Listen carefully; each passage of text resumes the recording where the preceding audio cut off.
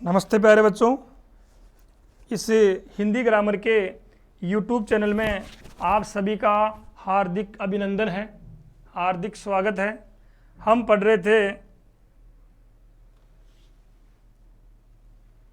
प्रयोग के आधार पर शब्दभेद। प्रयोग के आधार पर शब्दभेद कितने होते हैं? प्रयोग के आधार पर मैंने दो प्रकार के बताए थे आपको, विकारी शब्द और अविकारी शब्द।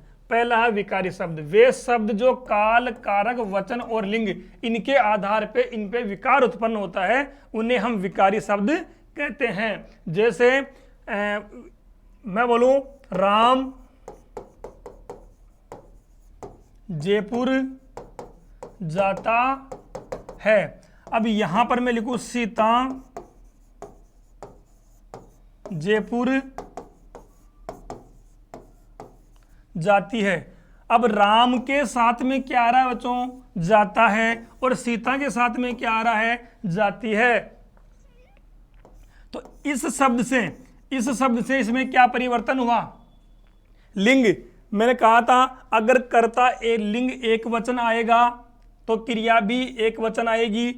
अगर लिंग स्त्रीलिंग है तो क्रिया भी स्त्रीलिंग, पुल्लिंग तो क्रिया भी पुल्लिंग। तो इन्हें बोलते हैं विकारी शब्द। अब ये आपका राम क्या है? विकारी शब्द है। ये पूरे वाक्य में विकार उत्पन्न कर देगा अगर ये विकारी शब्द है तो। अगर विकारी शब्द नहीं है वो आपका वाक्य में कोई परिवर्तन नहीं होगा। जैसे मैं यहां लिखूं मोहन अच्छा नाचता है, और इसी के साथ में लिखूं मैं राधा अच्छा नाचती है। अब यहां पे देखो बच्चों, लिंग और वचन जो होगा वही लिंग वचन यहां पे आएगा। अगर यहां एक वचन तो यहां एक वचन। मोहन, यहां लिखूं सोहन व मोहन अच्छा। अब यहां पे देखो बच्चों, पहले एक वचन था, क्रिया एक वचन थी। अब क्रिया कर्ता कितने हो गए? यहाँ पे दो, बहुवचन हो गए। तो क्रिया क्या आएगी? नाचते हैं। सोहन और मोहन अच्छा नाचते हैं। तो यहां पे आप परिवर्तन करोगे तो आपका पूरा सेंटेंस, पूरा वाक्य परिवर्तित हो जाएगा।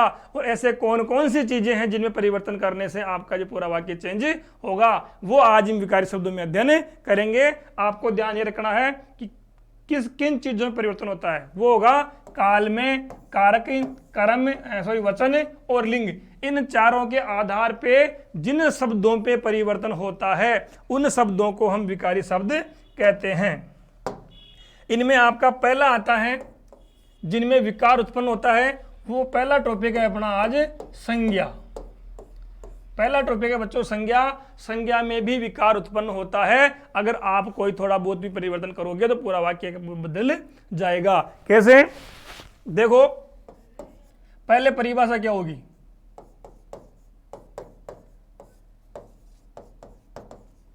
जिस शब्द में किसी प्राणी, वस्तु, जाति, भाव, स्थान,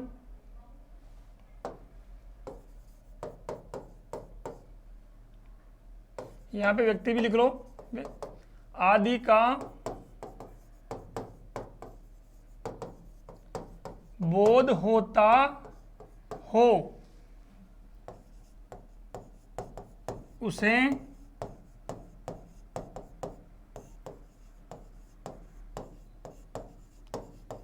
संज्ञा कहते हैं। वे शब्द जिसमें व्यक्ति, प्राणी, वस्तु, जाति, भाव, स्थान आदि के नाम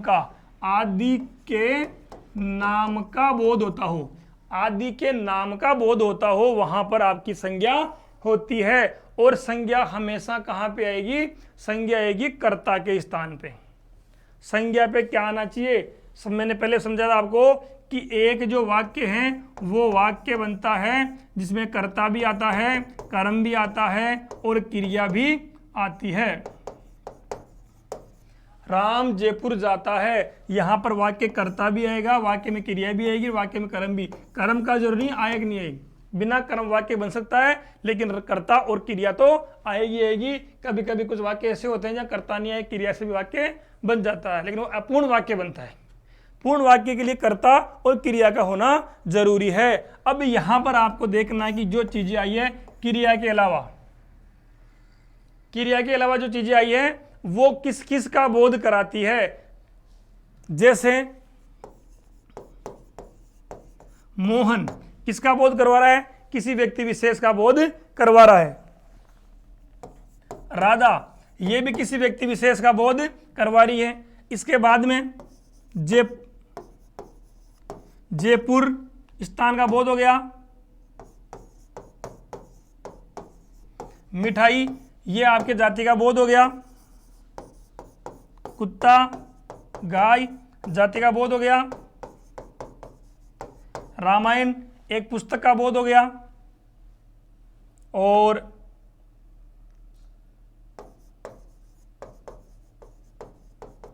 सुंदरता या इसके अलावा आप कर लो वीरता, ये भाव का बोध हो गया। ये शब्द क्या कहलाएंगे? संज्ञा कहलाएंगे। यहां पे किसी स्थान जाति बोध व्यक्ति आदि के नाम का बोध होता है। अब आपके क्वेश्चन आता है संज्ञा कितने प्रकार की होती है? तो इसमें पहला आएगा आपके व्यक्तिवाचक संज्ञा।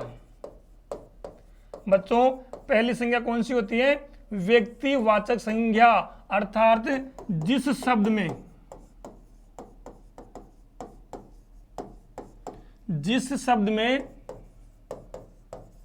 किसी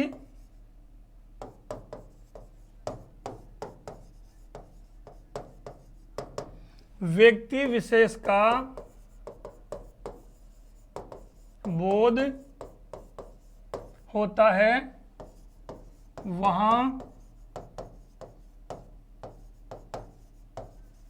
व्यक्तिवाचक संज्ञा होती है।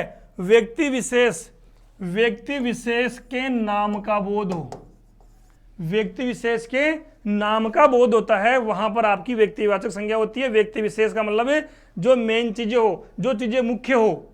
जैसे मैं कुछ चीज बताऊं यहां पर, किसी भी मनुष्य का नाम आ जाए, जैसे राम, मोहन, सीता, राधा आदि, किसी भी मनुष्य का नाम आ जाए। इसके बाद में किसी मेन पुस्तक का नाम आ जाए, जैसे महाभारत, रामायण आदि। किसी स्थान विशेष का नाम आ जाए, जैसे जयपुर, दिल्ली,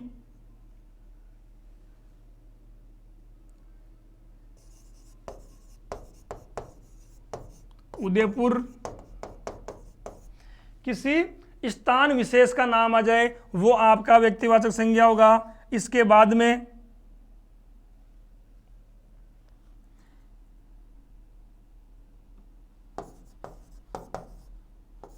किसी पर्वत विशेष का नाम आ जाए, हिमालय,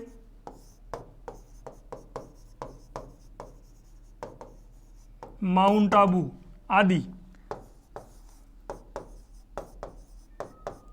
विशेष दिशा का नाम आ जाए, पूर्व, पश्चिम आदि। दिशा का नाम आ जाए, पर्वतों का नाम आ जाए, किसी विशेष नदियों का नाम आ जाए, गंगा, पार्वती, जमुना, गोदावरी आदि। किसी नदी का नाम आ जाए, दिशा का नाम आ जाए, पर्वत का नाम आ जाए, स्थान का नाम आ जाए, पुस्तक का नाम आ जाए, किसी मनुष्य का नाम आ जाए, कोई विशेष किसी इंसान का, वस्तु का, जगह का विशेष कोई नाम आता है जो केवल एक ही हो अपने आसपास में, जो विशेष अपना योगदान रखती हो, तो वहां पर क्या होगा, व्यक्तिवाचक संज्ञा आएगी। आया समझ में? जो किसी व्यक्ति विशेष के नाम का बोध कराए। अब जयपुर ये एक स्थान विशेष का नाम का बोध करवा रहा है, ठीक है। यहां पर अगर शहर आ जाए, अगर यहां पे क्या आ जाए, अगर कोई शहर आ जाए, तो ये शहर तो बहुत सारे हो गए, लेकिन शहर का नाम आ जाए कोटा, तो ये शहर क्या हो गया, एक स्थान विशेष का नाम हो गया, वहां पर आपका व्यक्तिवाचक संज्ञा ही होगा। इसके बाद में दूसरी संज्ञा की बात करेंगे अपन। तो दूसरी संज्ञा बच्चों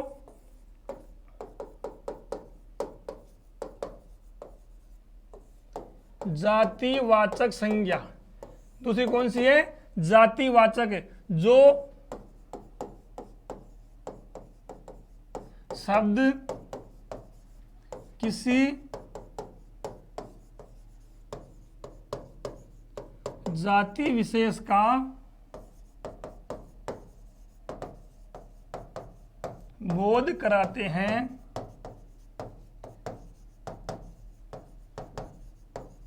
उन्हें जातिवाचक संज्ञा कहते हैं। यहां पे आप गौर करेंगे बच्चों, जाति विशेष का बोध कैसे करेंगे, जाति कुमार कुमोद मीणा जाट तो होती नहीं है, किसी वस्तु की जाति वो किस समुदाय से है, ठीक है।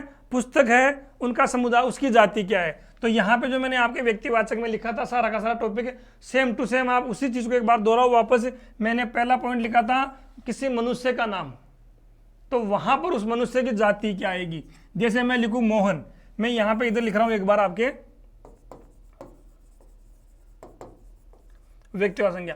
अब यहां पे लिख दूं मैं मोहन, मोहन क्या होगा, व्यक्तिवाचक होगा, लेकिन मोहन की जाति क्या है, मोहन की जाति है, मोहन क्या है, एक लड़का है। सीता की जाति क्या है, सीता एक लड़की है। तो लड़का, लड़की, छात्र, छात्रा, विद्यार्थी, सॉरी विद्यार्थी ने, औरत, ये सारी क्या होती है, एक मनुष्य, एक व्यक्ति की जाति होती है, ठीक है। इसके बाद में पुस्तक की बात कर रहे थे, जैसे रामायण बताया मैंने आपको, रामायण व्यक्तिवाचक संज्ञा है, लेकिन रामायण की जाति क्या है बच्चों, रामायण क्या है, रामायण है एक पुस्तक। क्या है, रामायण एक पुस्तक है, तो पुस्तक है तो वो क्या होगी, रामायण एक पुस्तक है, तो क्या बोलेंगे उसको, पुस्तक होगी उसकी जाति, पुस्तक क्या होगी, उसकी जाति हो गई, किताब उसकी जाति हो गई, डायरी उसकी जाति हो गई। पुस्तक एक विशेष व्यक्ति का, एक विशेष पुस्तक का बोध नहीं करा रही है, पुस्तक कंप्लीट पुस्तकों का बोध करा रही है, इसलिए उसे क्या बोलेंगे अपन, जातिवाचक संज्ञा बोलेंगे। इसके बाद में मैंने लिखा था स्थान, जैसे जयपुर, जयपुर बच्चों व्यक्तिवाचक संज्ञा है, लेकिन जयपुर की जाति क्या है, जयपुर क्या है, जयपुर स्थान है, जयपुर एक शहर है, ठीक है, जयपुर एक नगर है, जयपुर एक गांव है। तो शहर, नगर, गांव, जिला, ये क्या है, ये एक स्थान की जाति का बोध कराते हैं। बोराज है, कोई गांव का नाम आ गया तो वो जाएगा व्यक्तिवाचक में, लेकिन उसकी जाति आ गई, उसका स्थान आ गया तो वो जाएगा आपका जातिवाचक में। इसके बाद में मैंने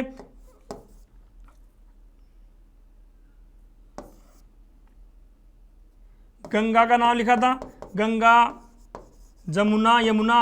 अब ये क्या है बच्चों, ये है नदी, तो इस गंगा जमुना की नदी जाति क्या हो जाएगी, नदी हो जाएगी, ठीक है। मैंने लिखा पूर्व,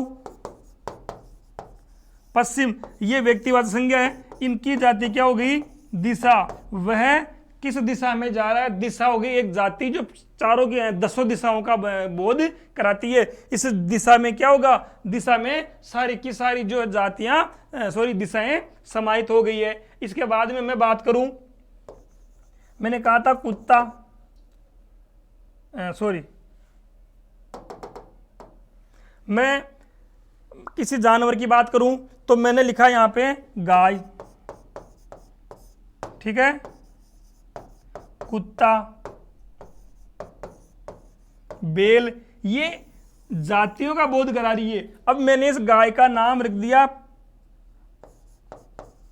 राम प्यारी। इस गाय का नाम क्या है बच्चों? राम प्यारी। तब वो गाय किस में जाएगी? व्यक्तिवाचक में। अगर उसका नाम आ गया तो, अगर नाम नहीं आके उसकी जाति आ गई, गाय लिखा हुआ आ गया तो वो गया जातिवाचक में। अगर इस कुत्ते का ना, अगर कुत्ता लिखा हुआ आ गया, मैं लिखूं कुत्ता दूध पी रहा है, और यहां पे लिखूं मैं, इसका नाम लिख दिया मैंने डॉगी। डॉगी दूध पी रहा है। अब यह है तो दोनों एक ही, लेकिन ये कुत्ता तो क्या कर रहा है? संपूर्ण जाति का बोध करा रहा है, और ये कुत्ता क्या कर रहा है? एक विशेष नाम का बोध करा रहा है। विशेष नाम का बोध कराता है, इसलिए ये जाएगा आपका व्यक्तिवाचक में। ठीक है, और ये जाएगा आपका जातिवाचक में। इसी के साथ एक उदाहरण और देखो, जैसे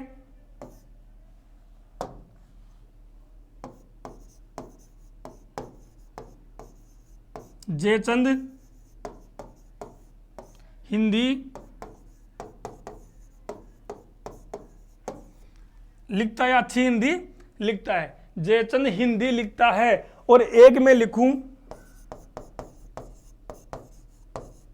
भारत में अनेकों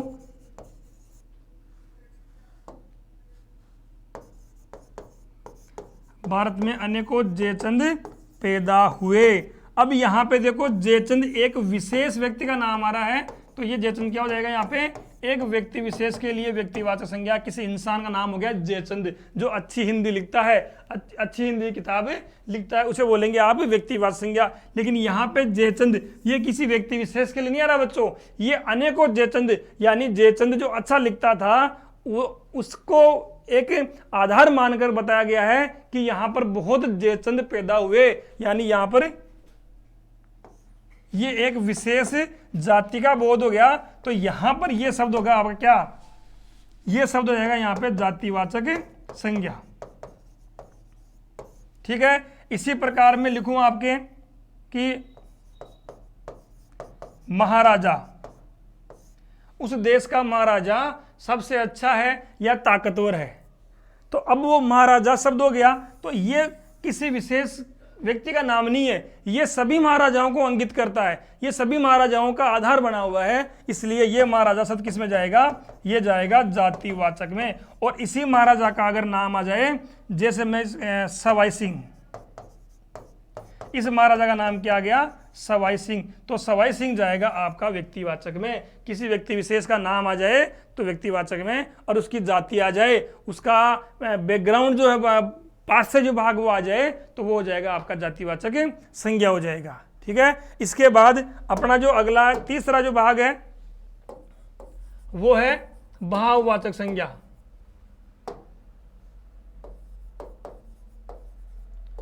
भाववाचक संज्ञा, देखो नाम क्या है? भाव। भाव किसे बोलते हैं? आपके चेहरे के हाव भाव। मैं बिल्कुल सीरियस हूं तो आप देखा होगा देखो सर को गुस्सा आ रहा है। मैं अगर हंस रहा हूं, मेरे होंठ थोड़े खुले हुए, इसका मतलब क्या हुआ कि सर मुस्कुरा रहे हैं। तो ये चीजें क्या करती है? ये भाव अंकित करती है। आप किसी भी व्यक्ति, किसी भी इंसान का मुंह देखकर ये पता लगा लेते हो कि उस इंसान का, उसके चेहरे पे क्या है, वो हंसने वाला है या रोने की मुद्रा है या वो गुस्सा कर रहा है। आंखों को देखकर पता लगा लेते हो कि वो क्या कहना चाह रहा है। अगर उसके होठ थोड़े से खुले हुए, इसका मतलब वो मुस्कुरा रहा है, ज्यादा खुले, उसका मतलब वो हंस रहा है। तो ये होते हैं भाव। किसी भी व्यक्ति के चेहरे को देखकर आप उसके भावों को पता लगा सकते हो, इसलिए भाव अपने मुख या अंतर्मन के दृश्य को क्या दिखाते हैं? भाव दिखाते हैं। जैसे उदासी, उदासी क्या हो गई? भाव। ये आपके चेहरे को में हलचल पैदा कर रही है, आपके चेहरे के भावों के बारे बता रही है, वो होती है उदासी। उसके बाद जैसे मैं लिखूं वीरता, अगर आपके सामने लक्ष्मीबाई की तस्वीर अगर रख दी जाए और उसके जो हाथ में जो उसकी तलवारें वो अगर दे दी जाए, तो आप ऑटोमेटिक समझ जाओगे कि वो किसका प्रदर्शन कर रही है? वीरता का प्रदर्शन कर रही है। आप एक दीवार पर लगी हुई फोटो को देखकर कह सकते हो कि इस फोटो में जो चेहरा है वो हंस रहा है, वो किधर देख रहा है, उसके चेहरे के हाव भाव कैसे हैं, वो हाव भाव क्या कहलाते हैं, भाव कहलाते हैं। आप बिना किसी से बात किए हुए, बिना किसी से इशारा किए हुए आप उसके चेहरे को देखकर उसके भाव पता कर सकते हो। उदासी है, वीरता है, मिठास है, मुस्कुराहट है। तो ये चीजें आपकी करती है भाव पैदा। अब यहां पे एक बात बताऊं मैं, ज्यादातर जो भाववाचक संज्ञा, वो जो भाववाचक संज्ञा होगी वो बनेगी आपकी व्यक्तिवाचक संज्ञा से। व्यक्तिवाचक संज्ञा की आप प्रत्यय लगा दो तो वो आपकी ज्यादातर क्या बन जाएगी, भाववाचक संज्ञाएं बन जाएगी। पेपर में आ जाए कि निम्न व्यक्तिवाचक संज्ञा को भाववाचक संज्ञा में परिवर्तित कीजिए। अब यहां पे आ जाए आपके हंसी, हंसी लिखा हुआ आ जाए। अब ये आपकी जातिवाचक हो गई, ठीक है। अब इसको आप मुस्कुराहट कर सकते हो। हंसना एक क्रिया भी है और आपकी संज्ञा में भी वो आ जाएगी। अब इसके बाद विद्यार्थियों, एक जो टॉपिक जो है आपका मेन मुख्य संज्ञाएं कितनी प्रकार की बताई मैंने आपको, 3 प्रकार की बता दी। लेकिन कुछ किताबों में 2 प्रकार की संज्ञाएं और हैं, जो एक तो है द्रव्यवाचक संज्ञा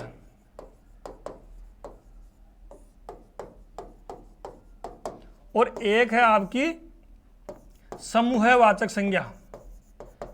अब ज्यादातर किताबों में क्या लिखा गया है, ये जो दोनों संज्ञाएं हैं इनको जातिवाचक संज्ञा में ही पढ़ाया जाता है। इन दोनों को क्या है, जातिवाचक संज्ञा के रूप बता दिए, द्रव्यवाचक और समूहवाचक। इनकी परिभाषा इतनी सी होती है, अगर किसी द्रव्य का नाम आ जाए, द्रव्य आप जानते हो, अगर जिस शब्द में द्रव्य का नाम आ जाए वो आपकी सीधी जाएगी द्रव्यवाचक संज्ञा में। जैसे मैं लिखूं दूध बहुत गर्म है। अब यहां पर दूध कौन सी संज्ञा होगी, दूध होगी द्रव्यवाचक संज्ञा। अब यहां पे आपको ये ध्यान रखना है, अगर द्रव्यवाचक संज्ञा ऑप्शन में नहीं आए तो उसका क्या लिखोगे आप, जातिवाचक संज्ञा उसका आंसर आएगा। अगर द्रव्यवाचक नहीं होती है तो दूध है, पानी बहुत गर्म हो गया है।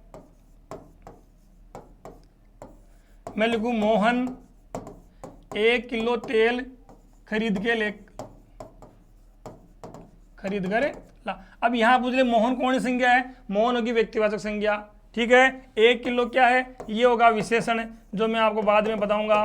और तेल हो गया यहां पर आपका द्रव्यवाचक संज्ञा, जो चीजें नापने और तोलने के काम में आती है। आपको इतना सा याद रखना है, नाप और तोल, जो चीजें नापने और तोलने के काम में आती है वो हमेशा जाएगी द्रव्यवाचक में, अगर पूछा जाए तो, वरना ये आपके जातिवाचक में ही आती है। समूहवाचक, ये भी आपके एक मोस्ट पॉइंट है, समूह है। कुछ क्वेश्चन ऐसे आते हैं जो आपको दिखते जातिवाचक में है लेकिन वो होते समूहवाचक में है। जैसे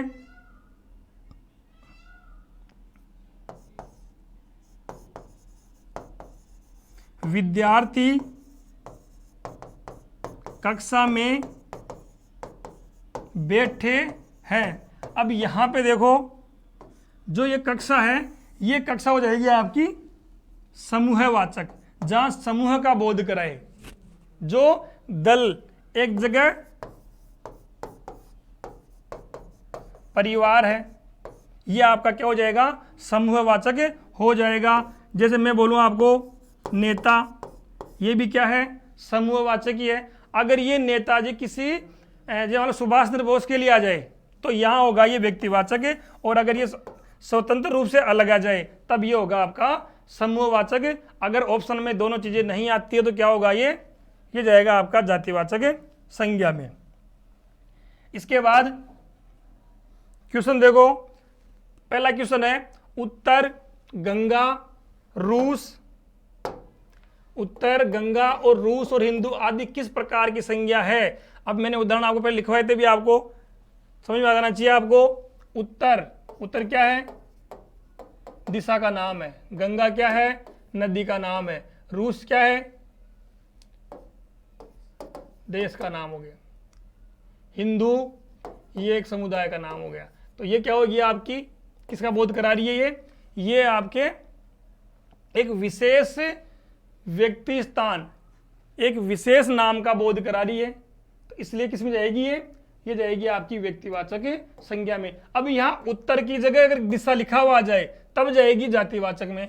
गंगा की जगह नदी लिखा हुआ आ जाए तब नदी क्या हो जाएगी, जातिवाचक संज्ञा हो जाएगी। इसके बाद है स्त्रीत्व शब्द में कौन सी संज्ञा है। अब देखो स्त्रीत्व ये एक विशेष स्त्री जाति का बोध करा रही है, ये गुणों का बोध करा रही है। वैसे इसे अपन गुणवाचक संज्ञा बोलते हैं जो अपने जातिवाचक में आती है। तो स्त्रीत्व क्या हो जाएगी, जातिवाचक, जो संपूर्ण स्त्रियों की एक विशेष गुणों का बोध करा रही है, तो जातिवाचक में जाएगी। मानवता शब्द में कौन सी संज्ञा है, मानवता मैंने कहा था प्रत्यय लगते क्या बन जाएगी, वो भाववाचक संज्ञा बन जाएगी। इसके बाद चिड़िया, घोड़ा, कलम और फल, ये क्या है,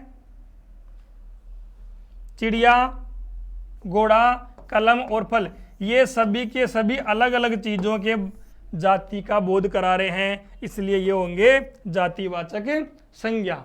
इसके बाद में है सिलाई, छपाई, बुनाई में कौन सी संज्ञा है। अब ये चीजें देखो व्यक्तिवाचक संज्ञा से बनी हुई है, इसलिए क्या होगी ये भाववाचक हो जाएगी। इसके बाद में है व्यक्तिवाचक संज्ञा है जयपुर, बुराई, मानवता और प्रेम। इनमें से व्यक्तिवाचक क्या है, देखो बुराई, बुराई शब्द भाववाचक हो जाएगा। प्रेम शब्द है ये आपका हो जाएगा एक विशेष ये भी जाति का हो जाएगा। मानवता आपका क्या हो जाएगा, भाववाचक हो गया। अब यहाँ जयपुर एक विशेष स्थान का नाम है, तो ये जयपुर क्या हो गया, व्यक्तिवाचक संज्ञा हो गया। अब देखो भाववाचक संज्ञा, लड़ाई, अतिथि, मिठाई और लड़का। पता लड़का तो किस में जाएगा, जातिवाचक में जाएगा, ठीक है। मिठाई, मिठाई बनी हुई है मिठास से, और मिठाई क्या होती है, ये मिठाई की संपूर्ण जाति का बोध करा रही है मिठाई, इसलिए मिठाई तो शब्द क्या हो गया, मिठाई एक प्रकार की खाद्य वस्तु है। इसमें आप बर्फी, पेड़े, नमक जो भी है, जो मीठी चीजें हैं वो सारी किस में जाती है, मिठाई में। तो उन सभी मीठी मीठी जो व्यंजनों का जो जाति क्या हो जाएगी, उनकी मिठाई हो जाएगी, तो जातिवाचक में जाएगी। अतिथि ये भी आप किस में जाएगा, जातिवाचक में जाएगा। अब बचती है लड़ाई, लड़ाई क्या हो जाएगी आपकी भाववाचक, जो भावनाएं बता रही है। व्यक्तिवाचक संज्ञा है राकेश, अतिथि, मिठाई, वही लड़का क्या हो जाएगा, जातिवाचक, वही मिठाई क्या हो जाएगी, जातिवाचक। अतिथि जातिवाचक हो गया, तो राकेश क्या हो जाएगा, व्यक्तिवाचक, किसी विशेष व्यक्ति का नाम का बोध करा रहा है। जातिवाचक संज्ञा है मिठाई क्या हो जाएगी, जातिवाचक, जो मैंने ऊपर बताया हुआ है। और ये बाकी रामायण आपकी व्यक्तिवाचक संज्ञा है, और जयपुर भी स्थान का बोध करा रही है, तो जयपुर भी क्या होगी, व्यक्तिवाचक संज्ञा का। रामायण एक पुस्तक विशेष का बोध करा रही है आपकी, तो ये भी क्या हो जाएगी, व्यक्तिवाचक संज्ञा हो जाएगी। रामायण की जगह अगर पुस्तक आ जाए तो पुस्तक क्या होगी, जातिवाचक संज्ञा होगी। इसके बाद ये अगला क्वेश्चन आपका जातिवाचक संज्ञा है। अब यहाँ पे देखो लड़का, सेना, श्याम और दुख। देखो दुख क्या है, भाव है, तो भाववाचक संज्ञा हो गई। श्याम किसी व्यक्ति विशेष का नाम आ गया, तो श्याम क्या हो जाएगा, व्यक्तिवाचक संज्ञा हो जाएगा। और सेना, ये सेना मैंने कहा था समूह का बोध करा रही है। अगर क्वेश्चन में समूहवाचक संज्ञा है ऑप्शन में तो उस पर टिक लगाना है, अगर समूहवाचक नहीं है तो आपकी किस में जाएगी, ये जाएगी जातिवाचक में। और लड़का, लड़का क्या करा रहा है, एक जाति का बोध करा रहा है। अगर लड़के का नाम आ जाए मोहन, तो मोहन क्या हो जाएगा, व्यक्तिवाचक। लेकिन यहाँ मोहन की जाति आ रही है लड़का, तो वो किस में जाएगा, जातिवाचक में। ये आपके संज्ञा के कुछ उदाहरण हैं जिनको आपको अच्छी तरह से पहचानना है। व्यक्ति विशेष का बोध कराए तो व्यक्तिवाचक संज्ञा, जाति विशेष का बोध कराए तो जातिवाचक संज्ञा, और अपने भावों को प्रकट करे तो भाववाचक संज्ञा। समूह का बोध कराए समूहवाचक, और नाप तोल की वस्तुएं आती है तो द्रव्यवाचक संज्ञा हो जाएगी। अगला टॉपिक होगा अपना सर्वनाम शब्द, जो अगली क्लास में आपको पढ़ाया जाएगा।